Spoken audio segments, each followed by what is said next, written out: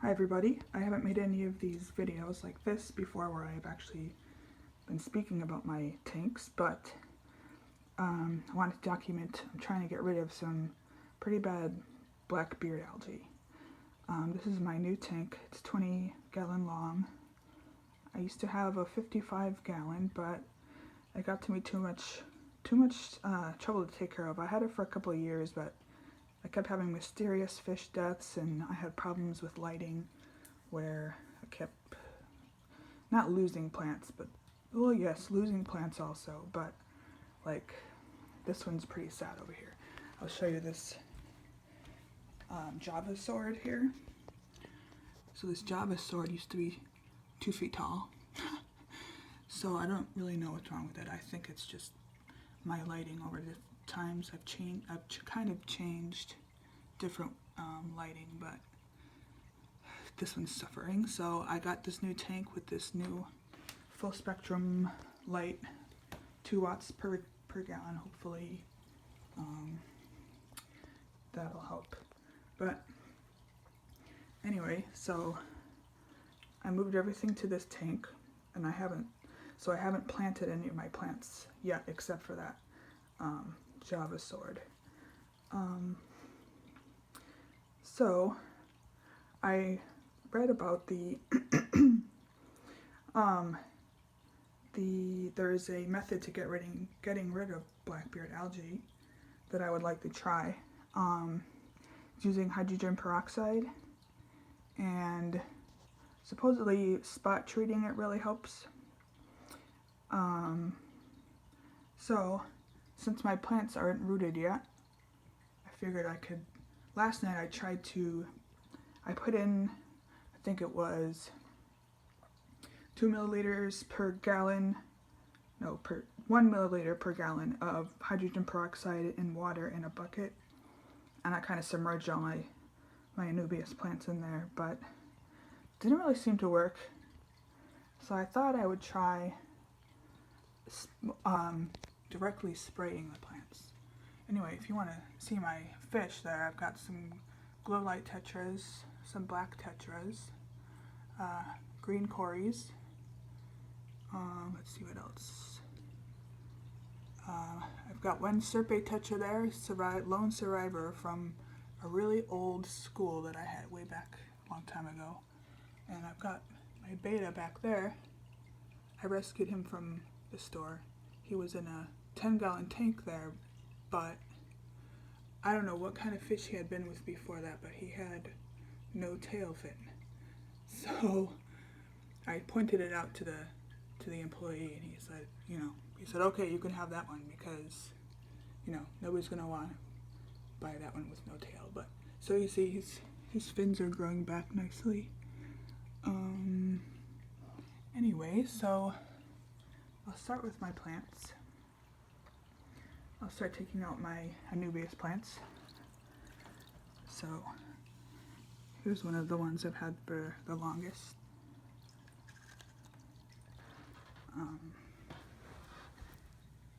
This one is funny because, well, I went through a time where there was some kind of mineral deficiency or something in my water where my anubias plants lost a lot of leaves. They turned yellow and got holes in them and rotted off. But after a few months, this one started growing a little plantlet off the rhizome, which I think is really cute. So this one isn't too bad.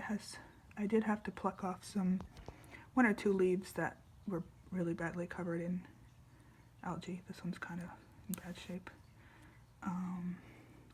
So that one, not too terrible, but there's definitely some algae on there. And this one is very strange because, well, it's gone through different stages. I'll kind of demonstrate here because this is weird, because they're supposed to grow horizontally, but this thing always has tried to come up vertically. So anyway, here, so it's got all these roots that just looks like the thing's gonna walk away. Anyway, this one is pretty badly covered. Let me take this out. I had to take, I did have to take off some leaves.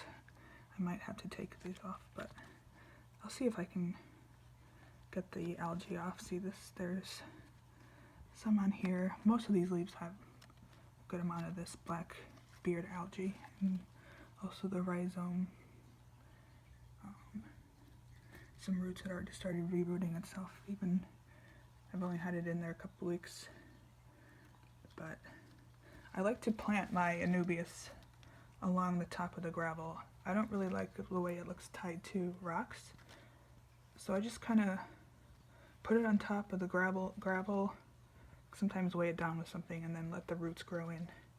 It looks nice across the top, but as you'll see, I do have a couple. See, this one's tied to a rock, and you see a mono shrimp there. This one is tied kind of to a rock. This is I forgot what you call it, but it stays small. So this one, I don't know if there's any algae on it. A little bit here, but so we've got this one is the same. It's one that stays, the leaves stay small. I don't know, it did some kind of weird thing where it grew in two different directions. So this one has like one nasty leaf there, but all of the leaves have a bit of blackbeard algae on them. And then I have this one that's been tied to a rock for a long time. As you see, it's pretty well gripped onto there with its roots. So we kind of got a bad leaf on there. Let's see, this one right here, I don't remember where it came from, but I kind of divided I took it off of another one, so it's kind of nasty looking, but started rooting and growing new leaf.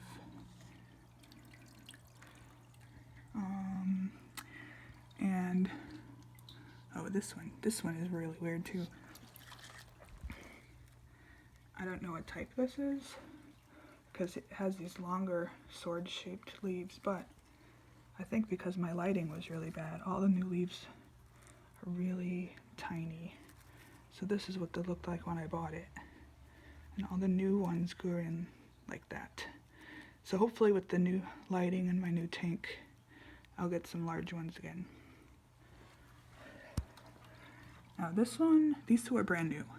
So I haven't put those in the haven't planted those yet, but I bought these in a, I'll take them out. I bought these in a tube at Petco, and it looked like one plant, but it's actually two, and they're really good size, and they're two different types.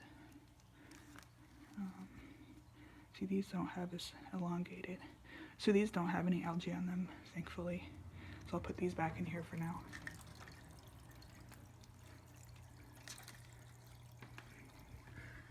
So yeah, I have this. These were some kind of sword plants, but they're really terrible shape.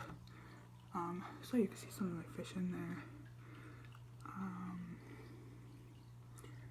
Let's see. So yeah, okay, I'll start with this process of trying to get rid of this algae. So I put straight up hydrogen peroxide in this spray bottle. So I'm just going to, I think I can probably, I don't know, spray it just while it's on this towel here.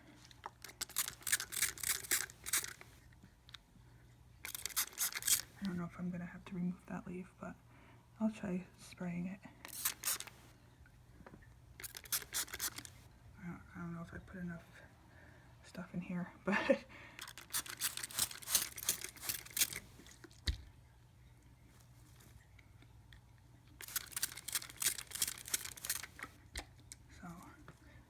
these back in there as I spray them.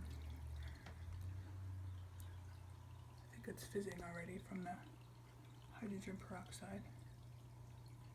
Okay, so here's this little one with the rock on it also, which is covered in algae.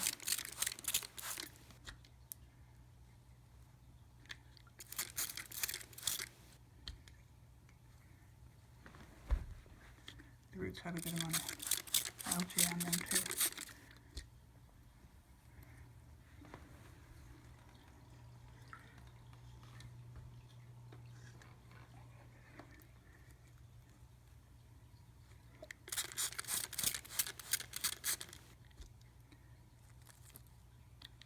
Okay.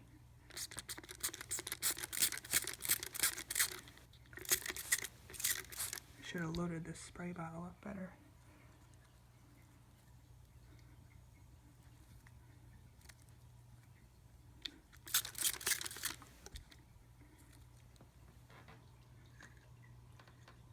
I've got some fizzing going on, so we know that the hydrogen peroxide is working. So here we go.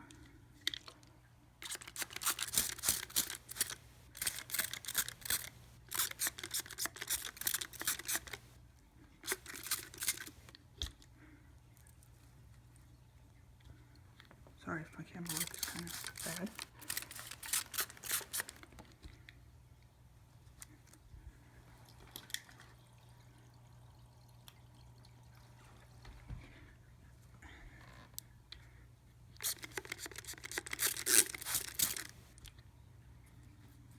Getting these rocks too. I had three huge rocks in the other tank. They were really cool orange and white. They turned totally black with this algae. I didn't know what to do with them at the time, so we had some sub-zero temperatures recently, so I just brought them outside. It took a couple of weeks before the algae looked like it was dying. It turned purple, and then it finally started turning white, which I think means it's pretty much dead. So I think I'm going to scrub those rocks and then put those in this tank. Here's a yucky leaf. These are pretty bad.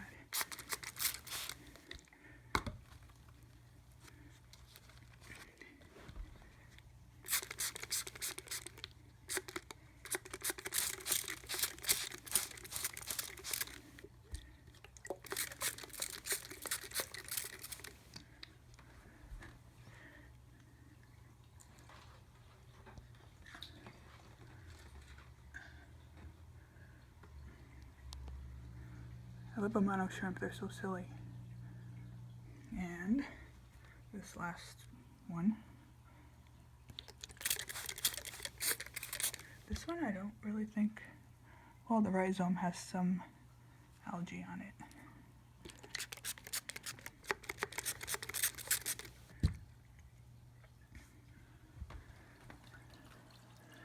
Anyway, there's the last one. Here's my cat, Chester.